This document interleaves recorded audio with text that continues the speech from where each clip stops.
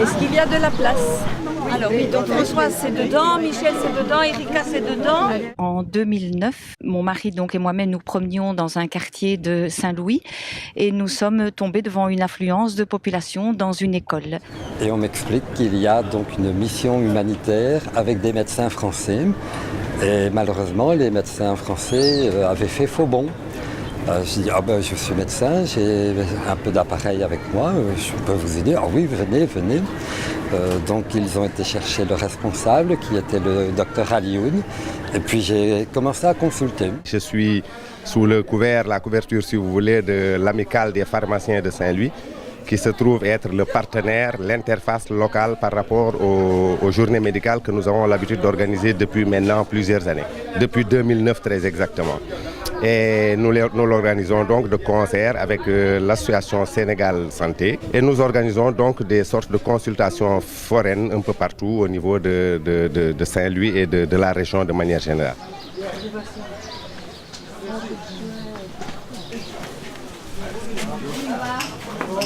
L'enfant talibé, dans un contexte sénégalais, c'est l'apprenant. C'est l'apprenant qui suit en tout cas l'école coranique, l'enseignement coranique.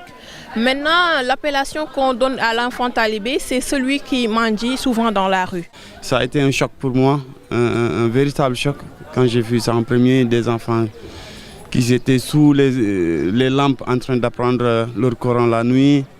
Et souvent même ils dormaient au niveau des poteaux qui les éclairaient. Et ça m'est venu l'idée d'aider 2 ou 3 à la maison et c'est comme ça que c'est venu l'idée de vraiment contribuer au développement durable de ces enfants talibés. Ce qu'on essaie de faire, c'est de convaincre le marabout qu'on peut faire bénéficier à l'enfant l'enseignement coranique sans pour autant verser dans l'exploitation économique, sans pour autant lui faire subir certaines pratiques. Les enfants talibés sont souvent atteints de beaucoup de maladies. Il y a les plaies, il y a les problèmes bucco-dentaires avec le manque d'hygiène de vie, il y a les problèmes dermatologiques, il y a beaucoup de cas de gale dans les daras. On a eu beaucoup de problèmes l'hivernage passé. On attendait vraiment cette visite-là. Ils ont amené en tout cas une grande équipe formée de dermatologues, de médecins généralistes, de pneumologues, etc., d'infirmières et de dentistes. Et ce sera vraiment un grand apport dans notre travail. On lave, on met ça, on laisse sécher tout nu.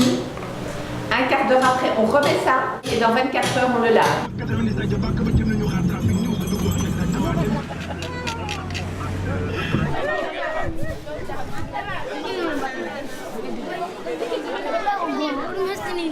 D'année en année, au niveau de nos projets, nous avons également essayé d'évoluer vers des projets sur le long terme.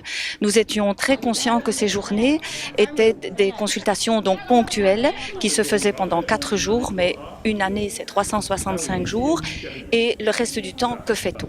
C'est dans cet esprit-là que nous avons essayé donc de monter un cabinet donc dentaire qui se trouve à Pikine et que nous avons équipé complètement.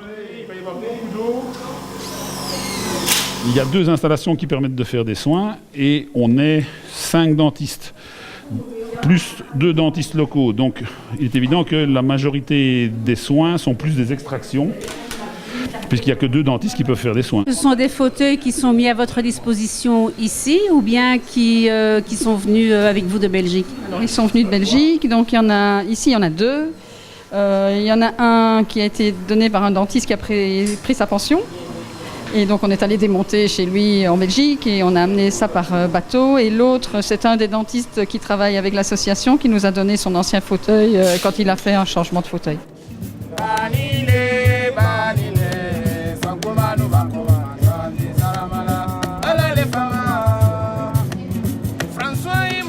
Je suis attachée à la mission dentaire, un petit peu pour faire de tout.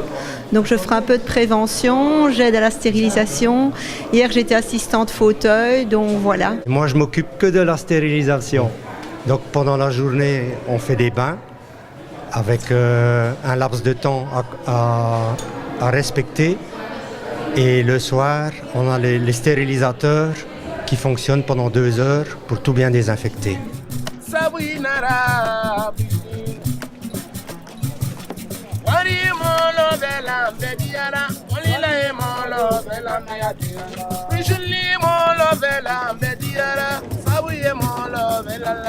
Ah oui.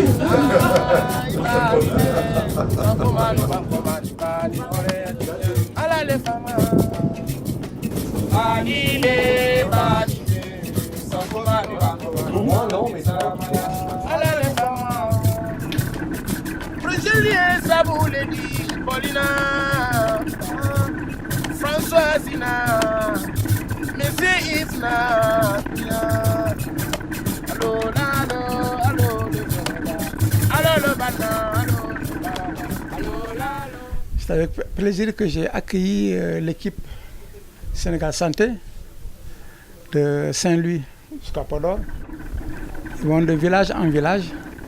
Et moi, je suis obligé de changer l'itinéraire grâce à la compagnie du fleuve qui m'a donné l'ordre et d'adapter mes escales à leur point de chute. C'est un bateau qui transporte généralement les touristes, ce qui permet de l'entretenir et de gagner de l'argent et de vivre, mais qui à côté fait pas mal d'actions qui aussi font que ce bateau continue à garder ce lien avec les populations, parce qu'à l'époque, il était là pour transporter les populations et les bagages, et il emmenait les gens, les mariés, le courrier, enfin c'était le lien social entre le nord du fleuve et Saint-Louis. L'association organise à bord même du bateau des visites. Alors il y a plusieurs types de visites, puisque les dentistes officient dans la cale, donc on a peur d'y rentrer, c'est devenu un cabinet dentaire, donc on ne veut pas y aller, mais par contre les gens y vont. Et à côté de ça, il y a des infirmiers qui officient dans des cabines, où ça dépend un peu des soins qu'il y a à faire, qui peuvent être faits à l'extérieur aussi. Et ça devient un mini-hôpital, en tout cas.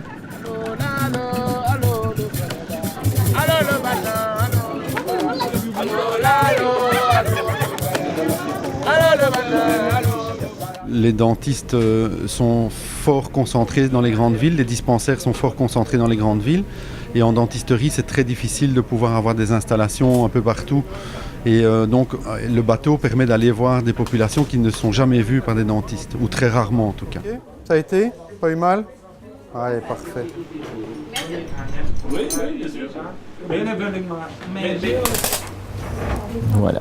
Quand je fais ça, est-ce que tu sens ça? Ça va? Mais alors maintenant tu vas sentir que je vais tirer très fort. Ouvre bien grand la bouche.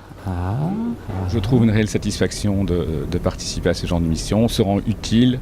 Autrement, on va peut-être plus à l'essentiel que dans notre pratique de tous les jours. Ça permet de décrocher également un petit peu de son train-train habituel. Mais d'un autre côté, on reste toujours sur une petite frustration parce qu'il y a une telle demande de soins et qu'on peut malheureusement pas aider tout le monde. Donc on est vraiment restreint à un certain nombre de personnes. Et c'est toujours difficile en fin de journée de devoir se dire voilà, il y en avait encore tellement qui attendaient et puis voilà, on ne peut pas les soigner. Au revoir. Salut. Il peut avoir une brosse à dents ce grand garçon ici. Si on désire participer à la mission, si on désire vraiment faire cette mission, c'est entièrement à charge du participant. Aucune intervention de notre ASBL, absolument pas. Billets d'avion, hôtel, dépôt, tout ce que vous voulez, transport, tout ça, c'est à notre charge. Tout don reçu en Belgique, 1 € va bien à la population, ça c'est clair. On va la mettre là. Et celui-ci.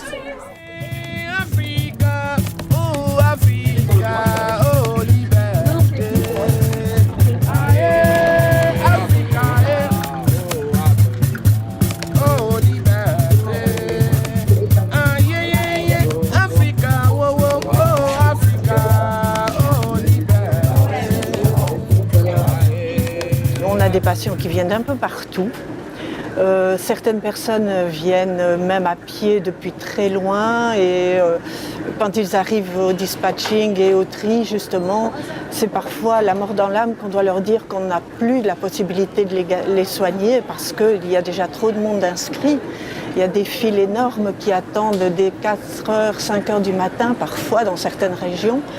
Et à 2-3 heures de l'après-midi. C'est impossible de pouvoir continuer, de pouvoir gérer la masse de gens qui arrivent. Nous avons décidé d'organiser un triage dès le début de la consultation parce que nous avions remarqué tout au début des premières missions qu'il y avait un problème de surcharge, de surbooking au niveau des inscriptions et une mauvaise direction des patients. Ça nous faisait perdre beaucoup de temps, il y avait beaucoup de frustration par rapport à ça, par rapport aux consultants qui estimaient ne pas avoir vu les bons patients au bon moment. Depuis 3 ans, nous faisons un tri. Ce n'est pas vraiment un tri, c'est une préinscription. Grâce à cette préinscription, nous pouvons diriger de façon efficace les patients vers le spécialiste. Nous sommes surtout des généralistes. Il y a souvent un pneumologue, souvent une pédiatre. On a régulièrement eu une gynécologue, une dermatologue. On a bien sûr l'équipe des dentistes qui est très très importante. On a eu des opticiens, on a eu aussi une anatomopathologiste. Ok, c'est normal. C'est soit des pathologies qui sont déjà constatées, ils viennent voir le médecin spécialiste venu d'Europe pour pouvoir avoir une aide. Mais le problème, c'est entre autres des malformations cardiaques évolutives, qu'on ne peut pas faire grand-chose. Ce qu'on essaye de faire alors, mais c'est très difficile, c'est de les mettre en rapport avec d'autres associations qui permettent de retrouver des enfants en malformation ici en Afrique et de pouvoir les opérer en Europe. Il y a une grosse proportion de gens qui viennent en fait parce qu'ils ont besoin d'être rassurés. Donc ils n'ont pas la possibilité de voir un médecin régulièrement. Donc ils viennent en se plaignant de douleurs abdominales ou de mal au dos. Et puis quand on discute un peu avec eux, c'est vraiment parce qu'ils ont besoin d'être rassurés. Il y a pas mal de parasitose, évidemment. Plus on remonte le fleuve, au plus il y a de parasitose. Aussi beaucoup de problèmes dermatologiques. Donc heureusement qu'on a un dermatologue avec nous dans l'équipe parce que ça, c'est pas toujours facile. On rencontre beaucoup de pathologies infectieuses. Des pathologies infectieuses parasitaires, mycotiques, aussi bactériennes tout simplement. Ces pathologies sont souvent liées au fait qu'ils vivent en groupe restreint, ce qui favorise la transmission. On a la possibilité de donner un début de traitement, mais certainement pas un traitement continu, du moins un traitement suffisant qui peut quand même s'échelonner sur plusieurs semaines pour pas mal de dermatoses. On peut leur expliquer, on peut leur montrer les produits dont ils auraient besoin, mais on est évidemment limité en ce qu'on peut leur fournir. Donc je pense que ce qui serait bien, c'est de pouvoir récolter des fonds pour pouvoir acheter sur place, parce que le transport est évidemment très conséquent quand il s'agit de produits lourds. Et donc si on pouvait récolter des fonds pour pouvoir acheter sur place et leur fournir à ce moment-là, quand ils viennent nous voir un traitement à plus long terme, ça ce serait vraiment formidable. Je suis médecin généraliste en milieu rural en Belgique et je réalise un rêve de pouvoir faire autre chose durant ces dernières années professionnelles. Moi j'ai fait beaucoup de pédiatrie, il faut dire que dans ma profession en Belgique j'en fais pas mal et je me suis trouvée face à des enfants qui avaient des problèmes de parasitose intestinale. Il y a aussi au niveau des petits des problèmes de nutrition. Parce que les mamans allaitent très longtemps et les enfants ne reçoivent peut-être pas toutes les vitamines nécessaires. Au niveau des adultes, on a rencontré essentiellement des problèmes d'hypertension, de diabète et de parasitose intestinale. Maximum 3 fois par jour. Ça va ? Ça, on va lui en donner à la pharmacie. Ok ? Ça, c'est pour le bébé. Alors, pour elle,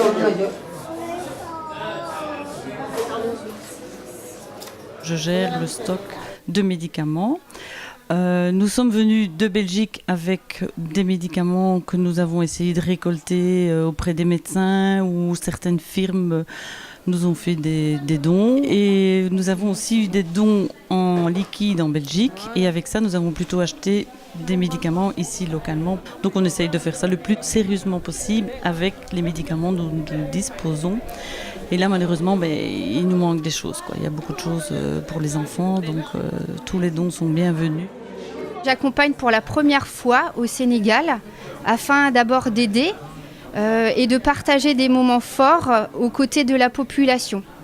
On arrive à déterminer, en fait, déjà s'il y a un problème de cataracte qui est assez répandu au Sénégal à cause du soleil. Donc on leur propose des lunettes de soleil prioritairement. La plus grande frustration qu'on a rencontrée, c'est de ne pas pouvoir laisser de lunettes pour des difficultés de vue de loin ou voir aussi des yeux à corriger différemment. Donc l'ophtalmologue, lui, diagnostiquera parfaitement la difficulté de lecture et c'est ce qui nous manque crucialement aujourd'hui.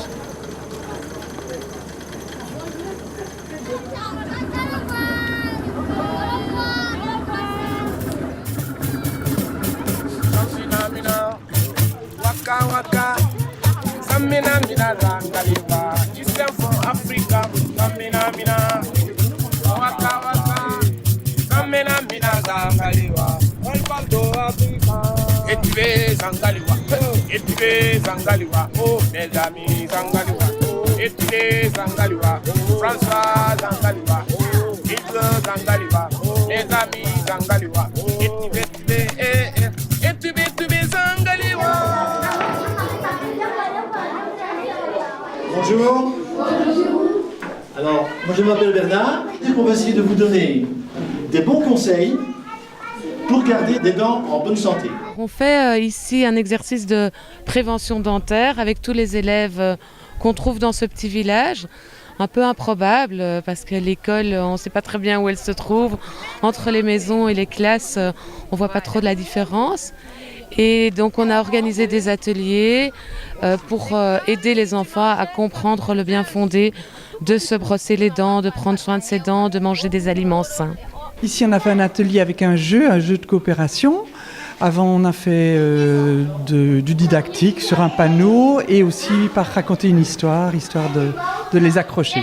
Les dents du bas. La langue, bien frotter sur les dents là, c'est là qu'il y a souvent des petits déchets de nourriture, du sucre qui coince dans les dents. On continue encore un peu, montrer, voir. Depuis que j'ai appris ça, je soigne mes dents et j'ai aidé même les enfants qui sont chez nous pour brosser les dents. Je fais attention à manger trop de sucre, surtout les bonbons. Moi j'ai arrêté de manger des bonbons.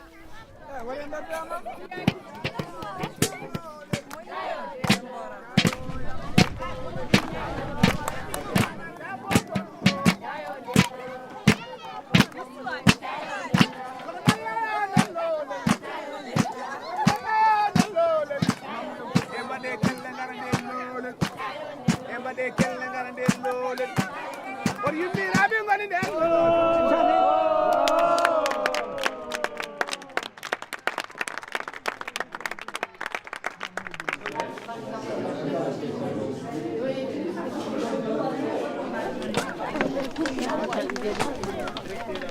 Ma, c'était Marie-Vonne, c'était mon épouse, qui est décédée il y a 2 ans et demi.